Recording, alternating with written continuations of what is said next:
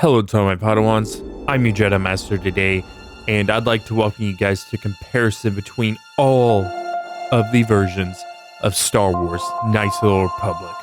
From Xbox to PC, mobile to Xbox Series X. Which one is the best? Let's find out in this video. But first, let's take a deep dive into the background of Star Wars Knights of the Old Republic. In July of 2000, after releasing their successful Baldur's Gate and Baldur's Gate 2, BioWare announced that they were working on a new Star Wars game set 4,000 years before Star Wars Episode 1 The Phantom Menace. At behest of LucasArts, they were given a choice between doing an Episode 2 video game or going 4,000 years in the past. BioWare, believing that the stories prior to The Phantom Menace would be more engaging, decided to go to the past. BioWare, being mostly a PC game developer at that time, decided to use the Xbox as the console of choice due to its likeness to the PC and using PC parts off the shelf to build. The game itself used the Odyssey engine with character animations done through 3ds Max. Developing simultaneously on Xbox and PC meant that they could focus all their efforts on creating the best game possible. Surprisingly, whenever doing vocal production, they were given a script that was actually 90% complete, uncommon for most games that are given anywhere from 50 to 60% completion, and then the pickups are done afterwards. Starring such vocal talent as Ed Asner, Raphael Sbarge, Ethan Phillips, Jennifer Hale, and Phil Lamar. Initially scheduled to release in late 2002, the game ended up getting pushed back due to bugs and technical errors that they were trying to work through to a spring 2003 for the Xbox and summer 2003 for the PC. At the beginning of 2003, there was an additional delay that pushed the game back even further. But come July 15th, 2003, we saw Star Wars Knights of the Republic released for the Xbox, with the PC version coming at a later date of November 18th, 2003. And then it was ported by a company very familiar with the series, Aspyr, to the Mac OS X in September 7th, 2004. Following that, the game got several more re-releases, including on the App Store for iOS, for the iPad and iPhone respectively, in May 30th of 2013. Later being released for the Android's Google Play Store in December 22nd, 2014. On October 2017, it was made backwards compatible with the Xbox One and Xbox One X. And then on November 11th, 2021, it was officially ported over to the Nintendo Switch.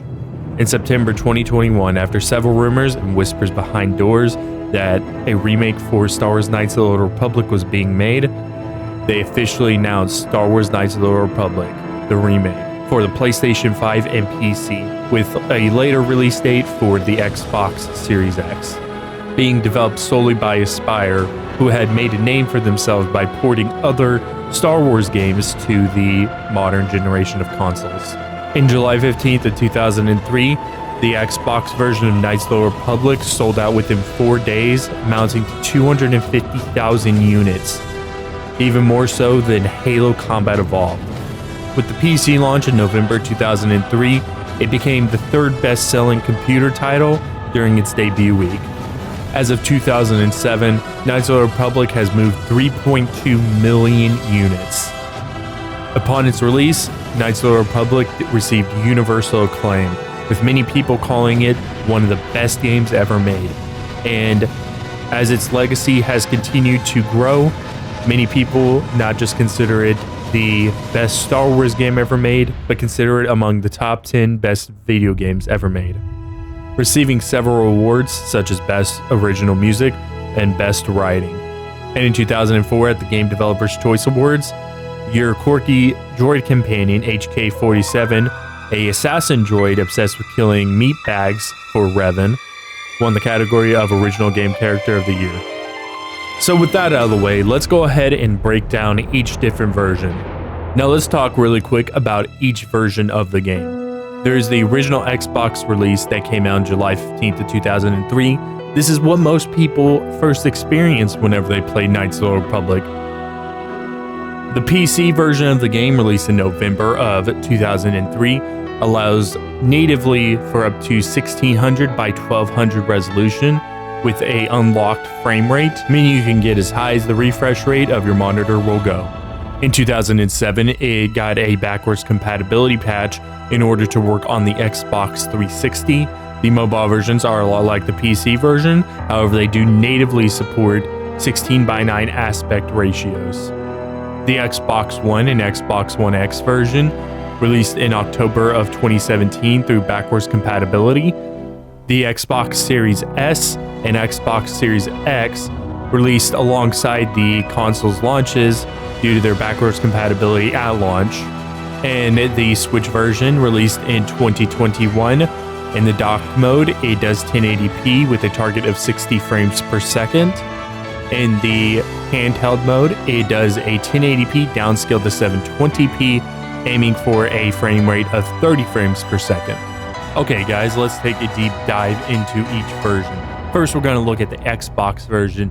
As I said, this one does run in 480p with a unlocked frame rate, but a target of 30 FPS. And this is how the game runs natively. It tends to have some dips and can dip down as low as 15 FPS according to VG Tech.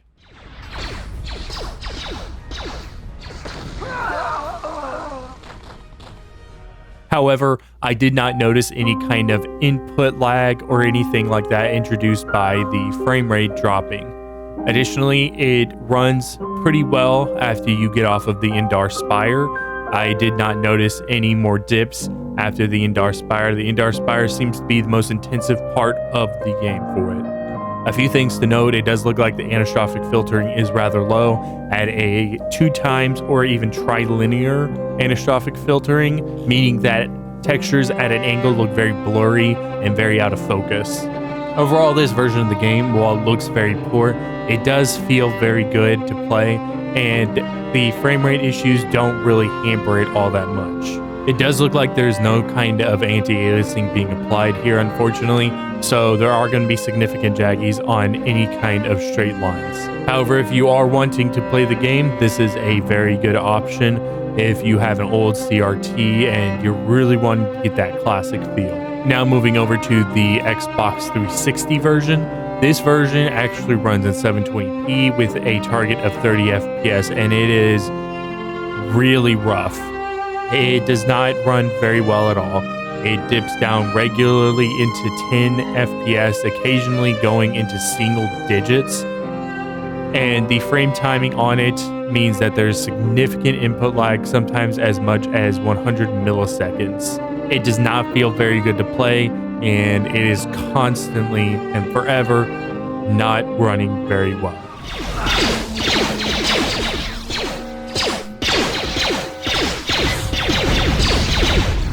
This one does not seem to fix the anisotropic filtering. However, it is in 720p, and it does add a 2x multi-sampling anti-aliasing to it to clean up the straight lines a little bit. However, this comes at the cost of performance. It comes at the cost of frame timing, which leads it to an overall worse experience, in my opinion. Alright, moving on, we are looking at the mobile version right now. This is being played on my Samsung Galaxy S20 at 1440p with a target of 60 FPS. I did not notice any significant frame dips. However, according to my recording software that I used to record this natively onto the phone, it was running at a roughly 50 FPS marker. This one does seem to have either 4x or 8x anisotropic filtering, and due to the higher resolution, it does have better time with the jagged edges, and it seems to be using some sort of post-processing anti-aliasing to clean it up as well. Not only that, this version does use higher texture qualities in general, equivalent to the PC version's high quality. Alright, next up we are looking at the Xbox One/Xbox One S version. This one is in 960p, and it targets a 60 FPS.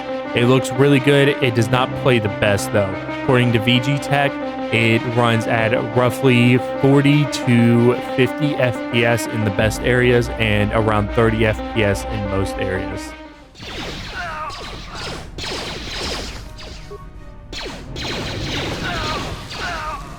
It does seem to have a 4 times anisotropic filtering applied to it and a post-processing anti-aliasing solution to clean up those jagged edges. And moving on to the Nintendo Switch version, this one does run at 1080p at 60 FPS. According to reviews, it usually hovers around the 40 FPS in the more intensive areas. However, due to the fact that it was built with the source code to be made for the Switch, it does run significantly better than the backwards compatibility versions do, oftentimes hitting that 50-60 FPS mark.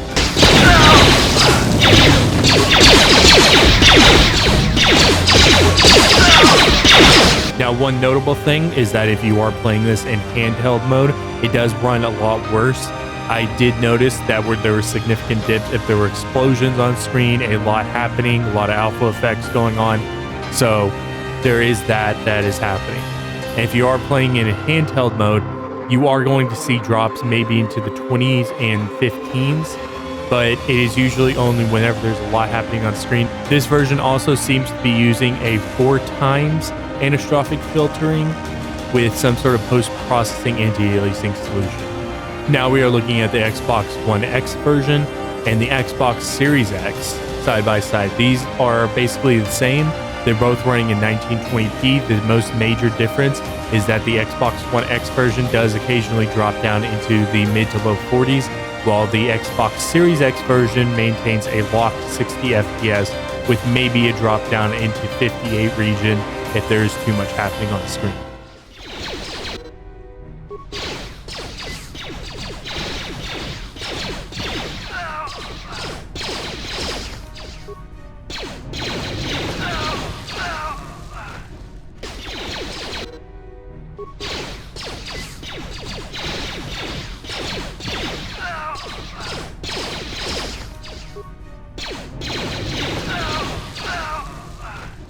They use either an 8x or a 16 times anisotropic filtering with some sort of post-processing anti-aliasing applied to clean up those jagged edges. And lastly, we are looking at the PC version. This is my own personal PC version. I have it. This is running in 4K at 60 FPS locked. I am using a RTX 3080 Ti with an i7-12700K with 64 gigabytes of DDR5 RAM.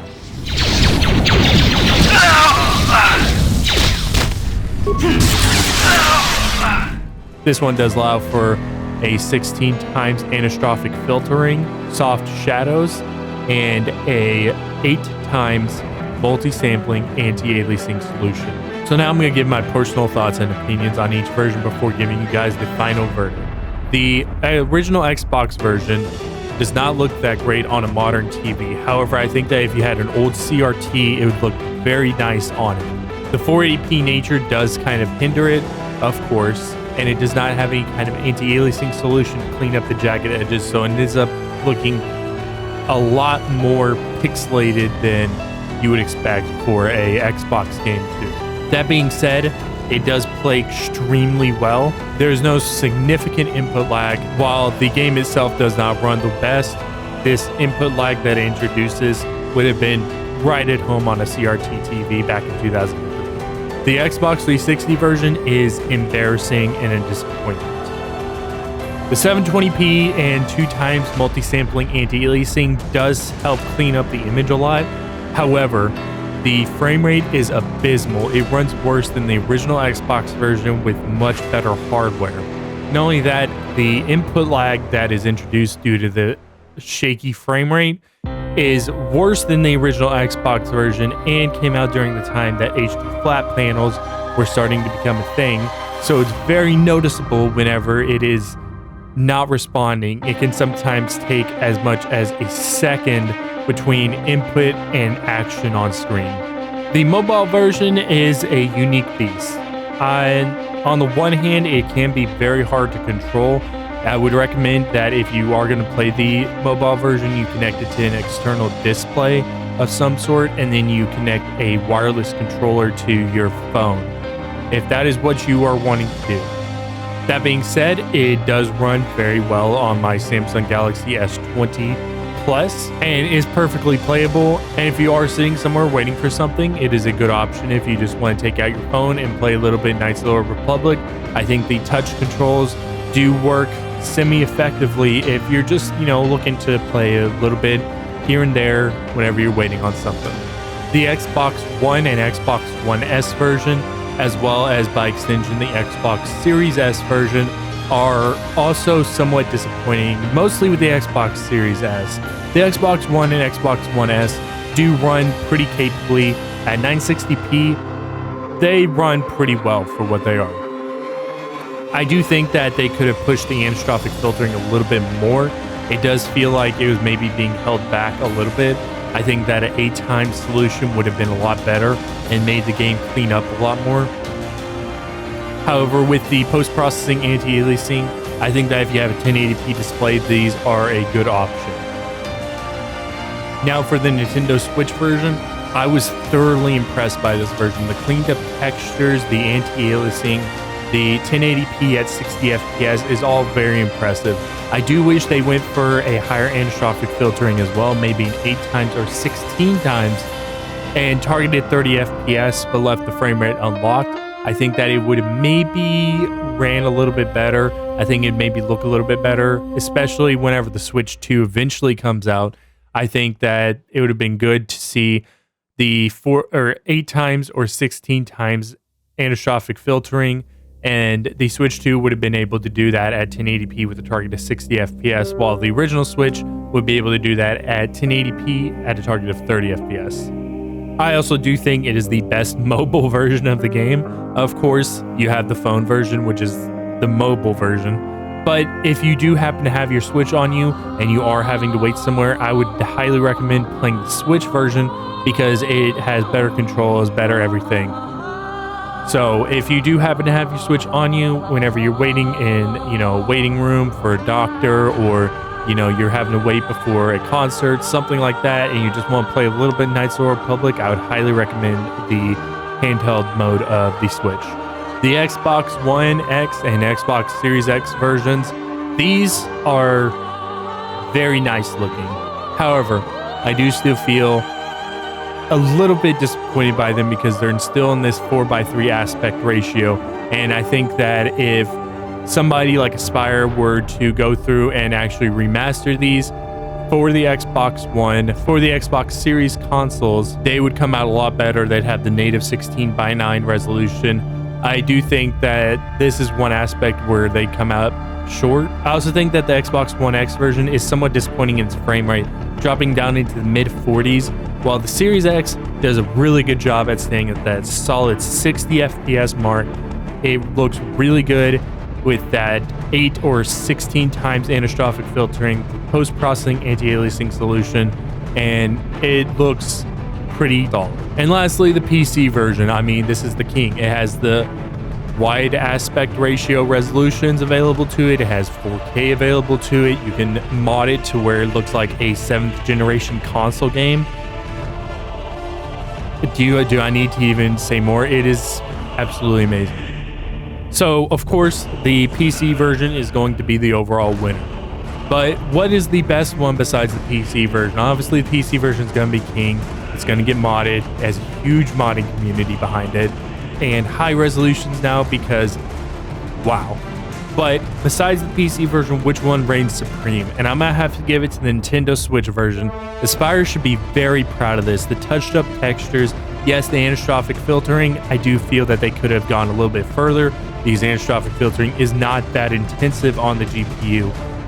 That being said, I do think that if you're wanting to play a console version, this one is definitely the one to go for. 1080p, 60 FPS, it looks great, it feels crisp, and it runs amazingly.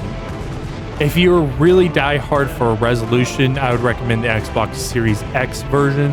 It runs at 60 FPS at a near 4K. But this is only if you're wanting to get that really crisp high resolution.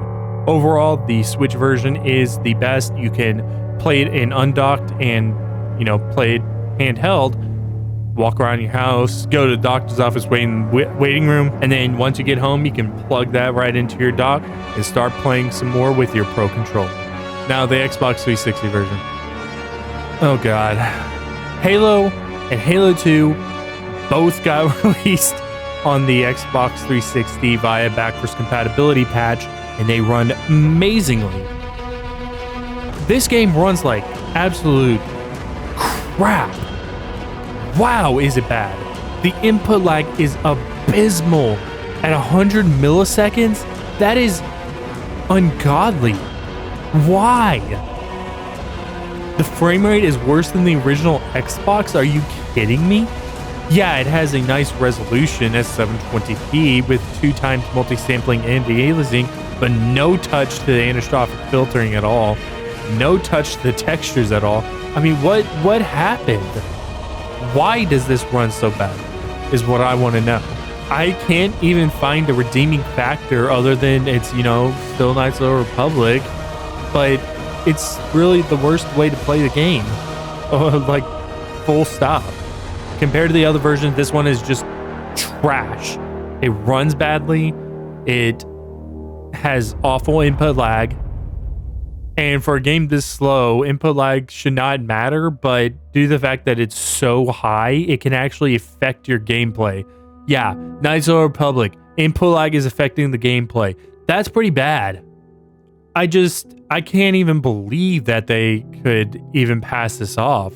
The fact of the matter is that it is the only version of Knights of the Republic that I would straight up say, do not play this, because you are going to probably have a bad experience and it might turn you off the game. There you go. That's all I have to say about it. Now, I know somebody's going to be out there saying, well, Jedi Master, is there really a wrong way to play Knights of the Republic?